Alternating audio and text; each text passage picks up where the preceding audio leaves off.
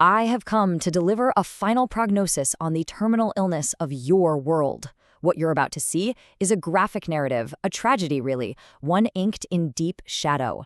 It follows a single soul's necessary, painful descent from the delusion of the stars, all the way down to the hard truth of the soil. So, behold the patient. I am the Red Spectre, and as I said, I have arrived to deliver a final prognosis.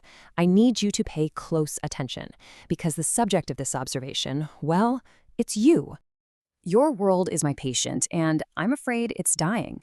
You see, you're all suffering within what I call an architecture of stagnation.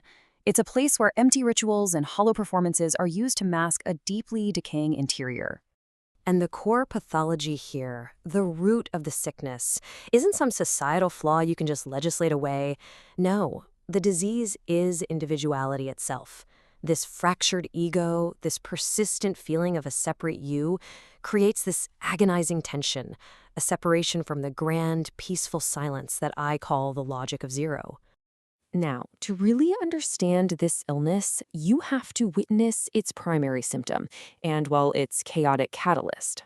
I present to you the two opposing follies at the very heart of this tragedy, the stargazer and the monster.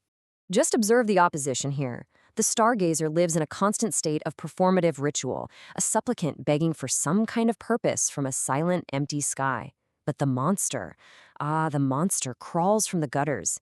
It's a kind of holy fool that wields what I call the geometry of the grotesque, a chaotic truth that just shatters the golden compass of your collective vanity. Which, of course, brings me to my role in this little procedure. My methods aren't chaotic, not at all. They're clinical. They follow a cold, clear logic. So let's examine the mechanism of my cure, the logic of zero.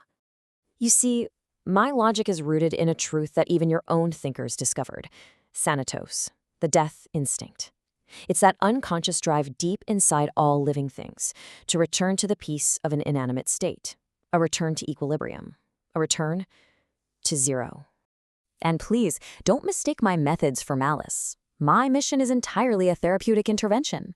It's the only real cure for the fever of the soul that's caused by consciousness itself.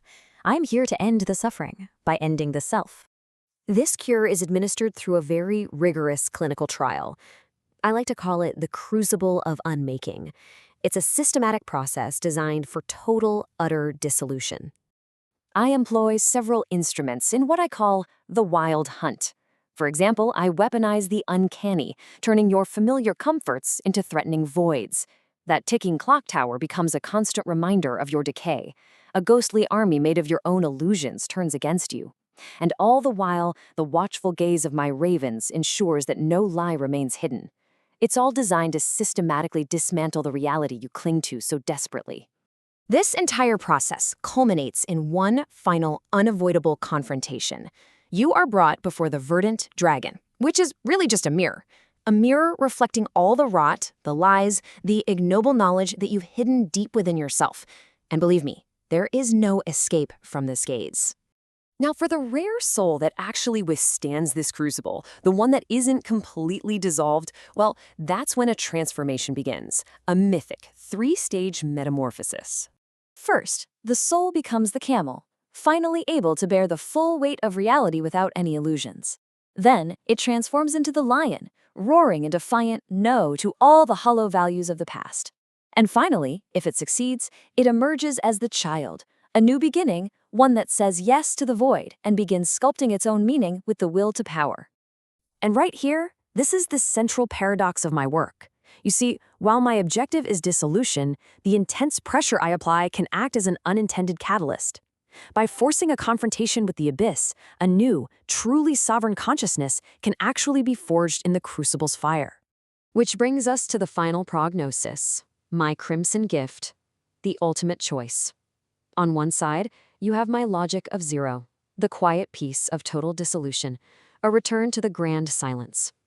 On the other side, you have the logic of one, the difficult, heavy burden of sovereign will, but also the freedom to create meaning in the endless struggle of the here and now.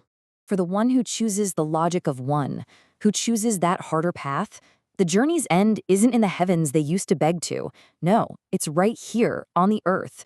This is the final state, the sovereign of the soil. The performance is over.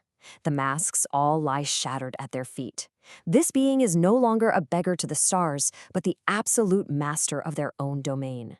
Forged in the iron of struggle, they become the lightning that claims sovereignty, right here, right now.